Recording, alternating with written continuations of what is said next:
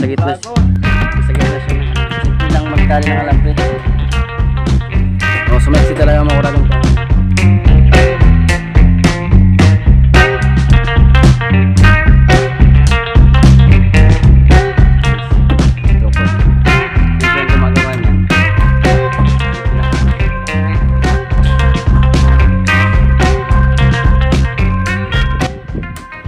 Kuragon na mapapalang araw muli sa inyong lahat dyan. Kumusta kayo? Ang araw ito ay ipakita ko sa inyo kung paano kami dito mamurma ng pagdatagan natin ng slab.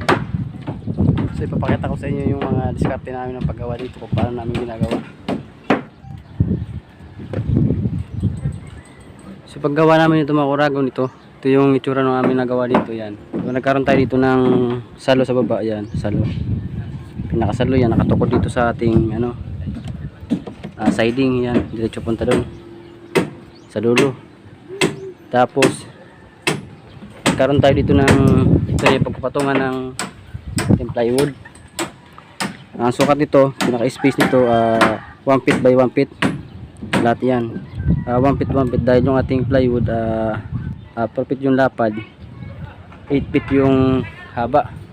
So sakto yan dito kasi nagitna lang tayo dito. Yan yung 4 feet nya yan, gitna yan. Yung mga pagsukat mo dito ng 30, yan gitna mo. Tapos 30, 2 feet na. Tapos 30 naman, 3 feet. So yun, 4 feet na sa gitna. Bale dito dadaan yung plywood. Dito nagkaroon tayo dito ng tukod sa baba. Yan, para ito di bumuka. Tapos sa baba di rin bumuka. Yan, naglagay tayo dyan ng brace. Tapos paglagay natin ng brace, yung dito naman sa ilalim, yung salo naman ito.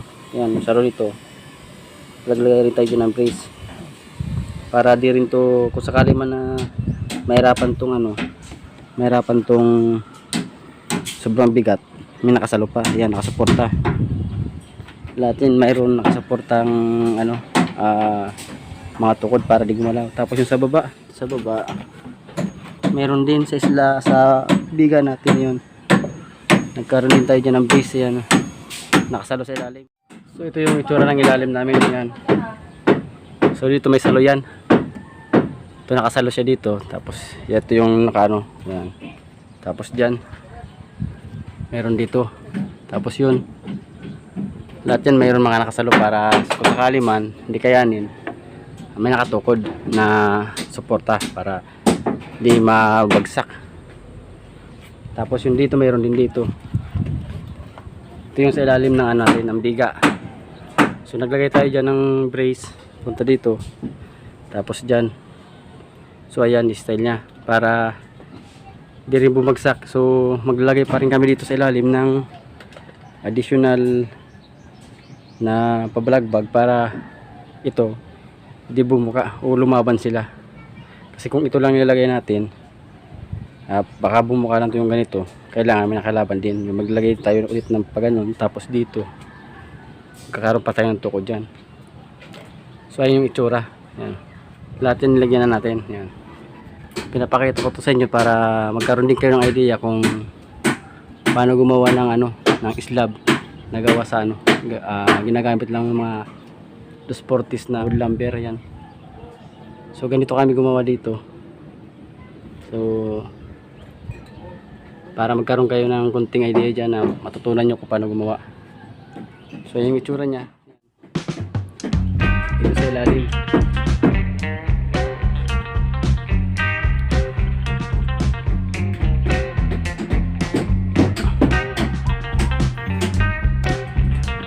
So ang luwang nitong ating biga 30 cm yung pinakaluwang nya, lahat yan. So itong bakal naman, ang space nito is 8 inches yung luwang nya, yung pinaka space. Siyempre para makuha natin tong pantay nito, naglagay tayo dito ng talsi. So tulad ng ginagawa nila dito, tulad yan mga kuragon yan, nasa gitna siya ng ng guhit para di magkawala-wala yung pag sinalpak natin yung plywood, sakto lang sa niya, mga dugtungan.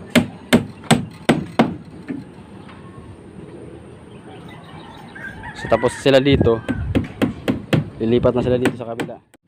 dito sa dulo. Tapos dito tututok din dito. Iyan lang tigit na ganyan.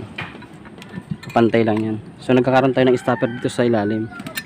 Napako yun. Kasi yung taas itong ating buhos 30 galing baba. Yan. Pero galing sa biga to finish floor ng ating slab 45. So kaya tayo naglalagay ng tansi dahil tulad dito di parehas yung lapad ng ating 2x3.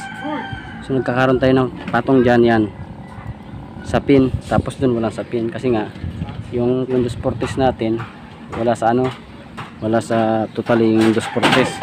So kaya kailangan natin ng tansi dito. So yan din.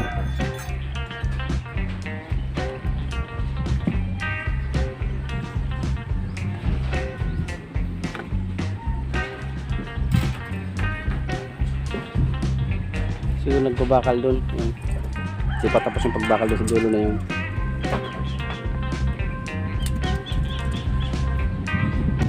Dito nagkaroon din tayo dito ng canopy. So bali yung canopy niya nagkaroon siya ng ano, ng biga. So magiging canopy na lang ito lahat. Yan, diretso na yung pupunta doon. So ang lapad nito 15 cm pinakalaylay niya.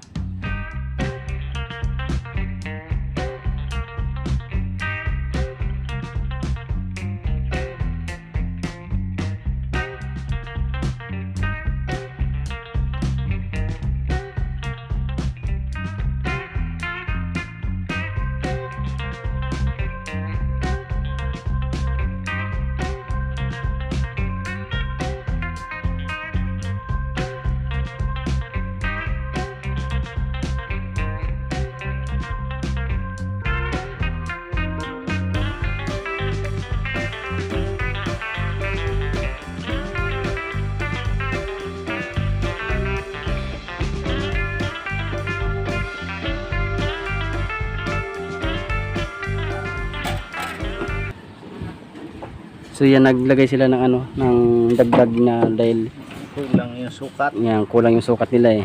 Kumapos. Ginawa kasi nila tutok-tutok lang, kaya nangyari nagkaroon ng nozzle sa gitna. O syempre magdagdag tayo dyan dahil plus lang lahat yan. Sakto lang. So nagdagdag ng dos. Yan.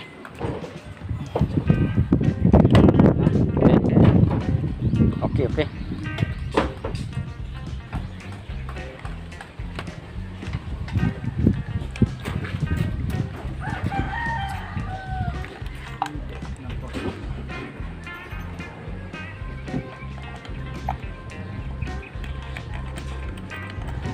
Wala pa ako, no? Ubos na.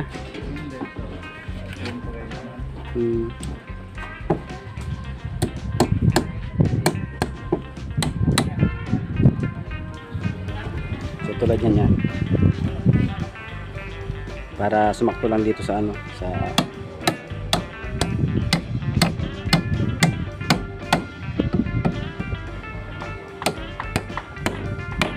so okay lang yun na ano, sumubra dito basta yung sa so pantay. Yan. Kailangan pantayan dyan.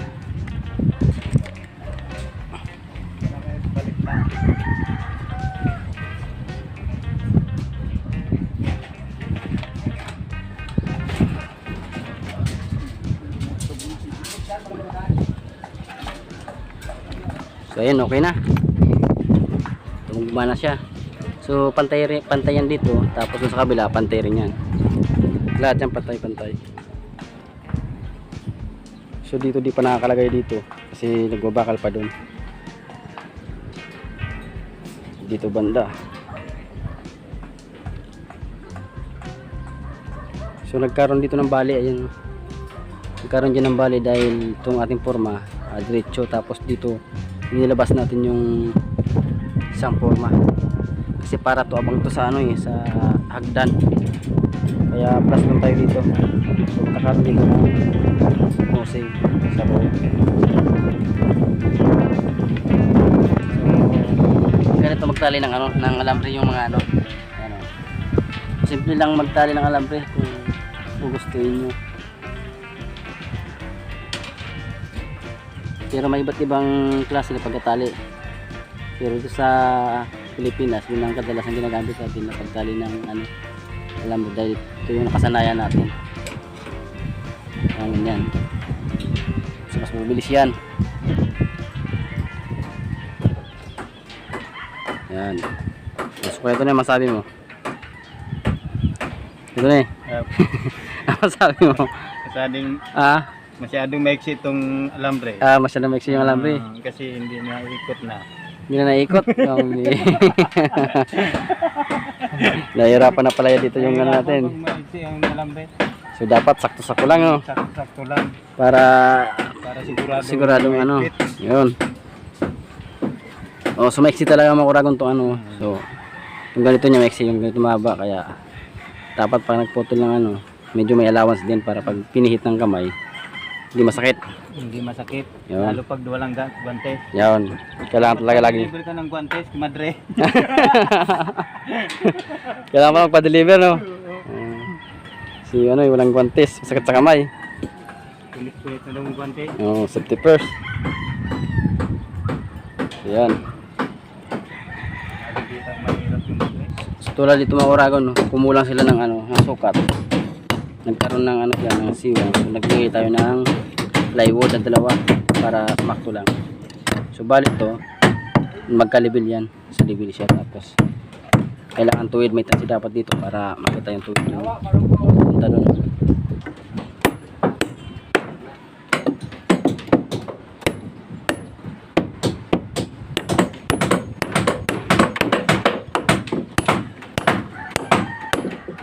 So yun.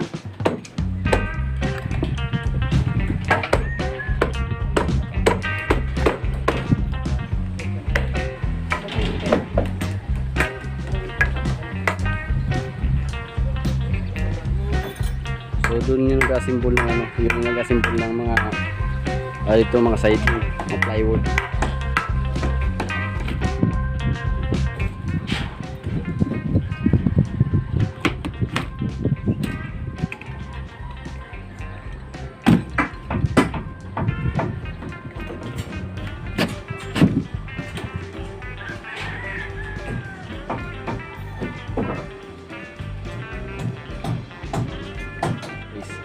Tukod yan.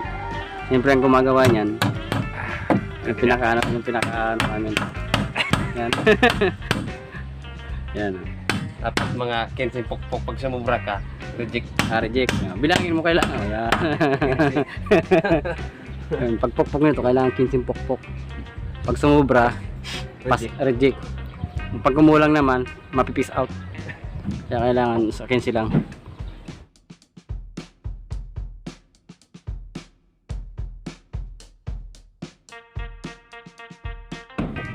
Kumalaw-gala ba?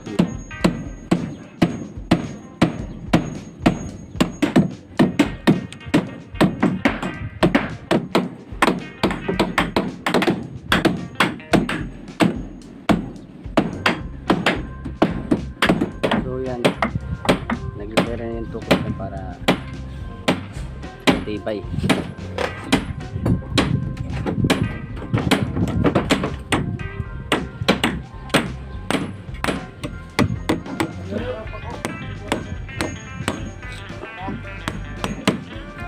Okay. Yun mga kuragon, na sa mga bago natin dyan, subscribe na kayo sa ating YouTube channel para lahat ng ginagawa ko dito sa larangan ng construction na matutunan nyo kung paano gumawa. So, kung nagustuhan nyo itong aking pinapakita sa inyo, pakipindot ang notification bell, tapos ano na rin, paki-share na rin para yung iba natin mga gusto matutunan may matutunan naman. So maraming salamat sa mga support natin yan, sa walang sama pag-support sa ating ginagawa natin. Thank you sa inyo lahat.